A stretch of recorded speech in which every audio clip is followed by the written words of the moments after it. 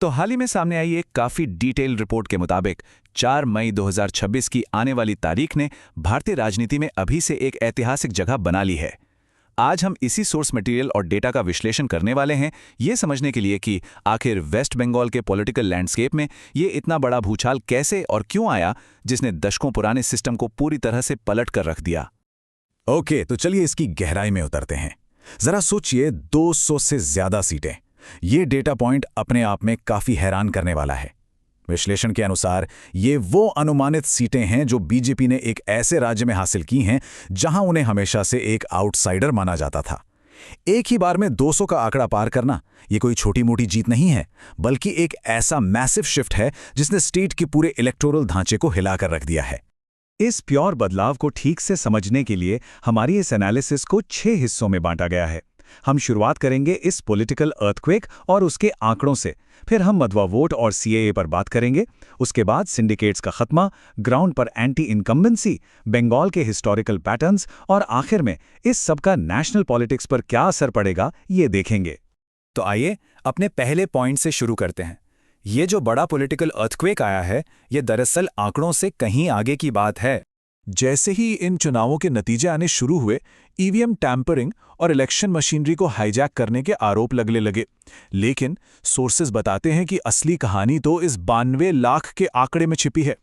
दरअसल election commission ने SIR यानी स्पेशल इंटेंसिव रिवीजन नाम का एक कैंपेन चलाया था। और पता है इसमें क्या हुआ? वोटर लिस्ट से लगभग 92 लाख घोस्ट वोटर्स या डॉर्मेंट नाम हटा दिए गए। विश्लेषक मानते हैं कि इस एक अकेले कदम ने लोकल सिंडिकेट्स के मैनिपुलेशन को रोककर पूरा खेल सबके लिए बराबर कर दिया। और इस सफाई का नतीजा कहां दिखा? सीधा सीट्स पर। रूलिंग पार्टी टीएमसी, जो पहले 200 से ऊपर थी, वो सिमट कर लगभग 80 सीट्स पर आ गई और बीजेपी ने 200 प्लस का आंकड़ा छू लिया। अब देखिए, सोर्सेस का साफ कहना है कि 100 से ज्यादा सीट्स का इतना बड़ा स्विंग सिर्फ किसी ईवीएम ग्लिच की वजह से नहीं हो सकता। डेटा बिल्कुल क्लियर है, ये एक बहुत बड़ी पब्लिक वेव थी जिसने राज्य के पॉलिटिकल डीएनए को बदल कर रख दिया। अब आते हैं इस विश्लेषण के दूसरे सबसे अहम हिस्से पर, जो है डेमोग्राफिक रीअलाइनमेंट, खास तौर पर मातुआ कम्युनिटी और सीएए का मुद्दा। इस बदलाव की असल नींव समझनी है तो इस स्लाइड पर ध्यान देना जरूरी है। मतवा समुदाय वेस्ट बंगाल की आबादी का लगभग 17% हिस्सा है। ये लोग बांग्लादेश से आए वो शरणार्थी हैं जिन्हें लंबे समय से परमानेंट सिटीजनशिप की तलाश थी। हिस्टोरिकल रिकॉर्ड्स के हिसाब से ये समुदाय पहले टीएमसी के काफी करीब था, जिसका इलेक्टोरल गणित पर बहुत गहरा असर पड़ता है। इनकी लॉयल्टी शिफ्ट होने की पूरी टाइमलाइन काफी दिलचस्प है। 2011 में टीएमसी ने इन्हें पहचान दी और टिकट्स बांटे, लेकिन 2014-15 आते आते बीजेपी ने इनके टॉप लीडरशिप वाले परिवार के सदस्यों को अपने साथ जोड़ लिया।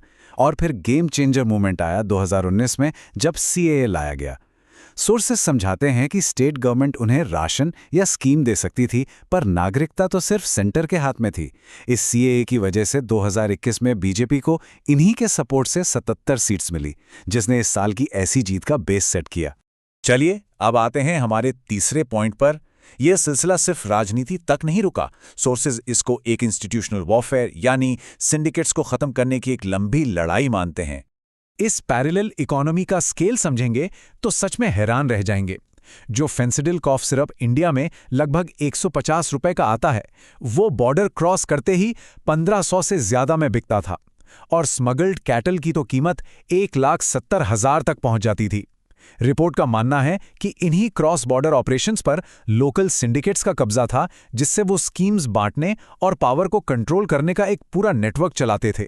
और ये स्लाइड बेहतरीन तरीके से दिखाती है कि इस नेटवर्क को तोड़ा कैसे गया। ये एक मल्टी प्रोंग्ड अप्रोच थी। पहले ईडी और सीबीआई ने मेन लीडर्स पर रेड्स की। फिर जब तक आधार और जियो टैगिंग नहीं होती तब तक सेंट्रल फंड्स रोक दिए गए, जिसने इनकी फंडिंग बंद कर दी। और थर्ड, जैसे हमने पहले देखा, एसआईआर ने वोटर लिस्ट क्लीन करके इनका मैनिपुलेशन का जरिया ही खत्म कर दिया। हमारा चौथा पॉइंट इस पूरी स्ट्रैटेजी के उस पहलू पर रोशनी डालता है जो डायरेक्टली आम जनता से जुड़ा था, एंटी इनकम्बेंसी यानी सत्ता विरोधी लहर।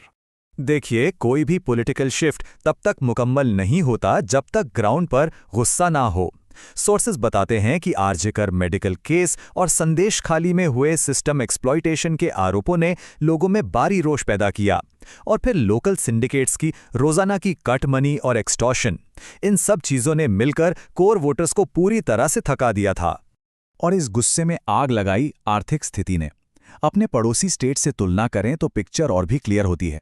असम लगभग 12% जीडीपी ग्रोथ पर था, बिहार काफी तेजी से आगे बढ़ रहा था, पर वेस्ट बंगाल का 10 साल का एवरेज सिर्फ 4.5% पर अटका रहा। डेटा बताता है कि डेवलपमेंट और जॉब्स की इस भारी कमी ने वोटर्स को एक नए विकल्प की तरफ ढकेल दिया।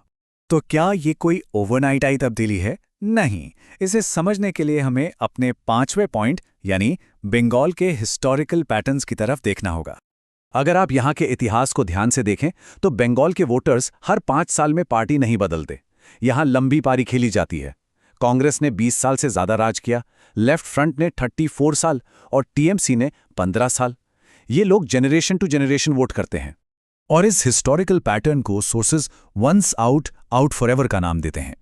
इसका मतलब है कि एक बार यहाँ की जनता ने किसी पार्टी को रिजेक्ट कर दिया तो उनका वापस आना ऑलमोस्ट इम्पॉसिबल हो जाता है। कांग्रेस और लेफ्ट दोनों के साथ यही हुआ। ये इशारा करता है कि जो नई गवर्नमेंट आई है उसका टेन्योर भी काफी लंबा होने वाला है। अब इस सब का दायरा थोड़ा बड़ा करते हैं और अपने आखिरी पॉइंट पर आते हैं कि स्टेट लेवल अर्थक्वेक का नेशनल लेवल पर क्या असर होने वाला है। 42 लोकसभा सीट्स वाले किसी राज्य को जीतने का असर बहुत बड़ा होता है। इससे रूलिंग पार्टी के राज्यसभा नंबर्स एक्सपोनेंशियल तरीके से बढ़ जाएंगे। साथ ही नेशनल लेवल पर ऑपोजिशन का एक बड़ा चेहरा इफेक्टिवली कमजोर हो जाएगा। एनालिसिस कहता है कि इसके बाद यूसीसी जैसे बिल्स पास कराना काफी आसान होगा और ईस्ट इंडिया में बिल्कुल एक नया गुजरात मॉडल रेप्लिकेट करने के रास्ते खुल जाएंगे। इस विश्लेषण को खत्म करते हुए सोर्स मटेरियल ने एक बहुत ही प्रवोक करने वाला सवाल पूछा है। रिपोर्ट के मुताबिक कुछ बैक चैनल बातें अभी से चल रही हैं। तो क्या यह मुमकिन है कि टाटा जैसी मेजर इंडस्ट्रीज वापस लौट आ जाएं? क्या बंगाल एक बार फिर से ईस्ट का इकोनॉमिक पावर हाउस बन सकता है? ये एक ऐसी पॉसिबिलिटीज हैं जिस पर वक्त ही जवाब देगा। इस इन डेप्थ एनालिसिस में हमारे साथ जुड़े रहने के लिए शुक्रिया।